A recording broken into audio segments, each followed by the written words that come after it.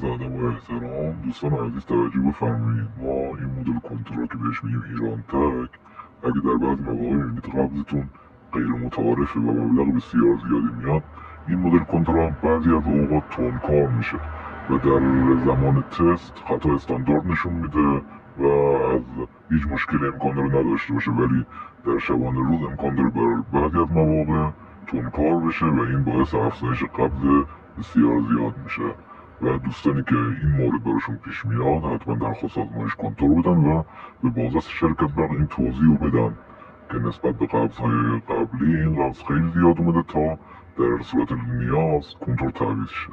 با تشکر. دوستان سلام عرض ادب. عرضم به حضورتون که یک مدل کنترل دیگه داریم که بهش میگن کنترل اکتریز، که این کنترل اکتریز معمولا خطای 2 نقطه یا 4 نقطه که داخل مانیتور خود کنترل میبینید داره 4 نقطه چشمک میزنه که یا کنترل تندکار میشه یا کندکار میشه و همچنین خطای تاریخ و ساعت داره که ساعت تنظیم نمیباشد.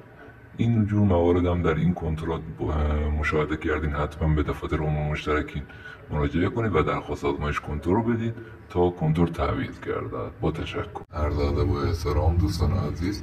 یک مدل کنترل دیگه داریم، کنترل امپی، که ساعت و تاریخ تنظیم نیست. حداقل ساعت 3 تا 4 ساعت تفاوت داره با ساعتی که باید نشون بده، که این باعث میشه که کیلووات ها یعنی زمان بندی صبح و ظهر و شب به هم برسه و شما زمانی که صبح دارید مصرف میکنید مبلغ ظهر رو بندازه و ظهر مصرف میکنید مبلغ شب رو بندازه که در قبض مورد ایراد قرار میگیره. این مدل کنترل هم در صورتی که ساعت تاریخ تنظیم نبود میتونید درخواست بازرسی کنترل بدید که بازرسی بعد از تایید نسبت به تعویضش اقدام بشه. با تشکر.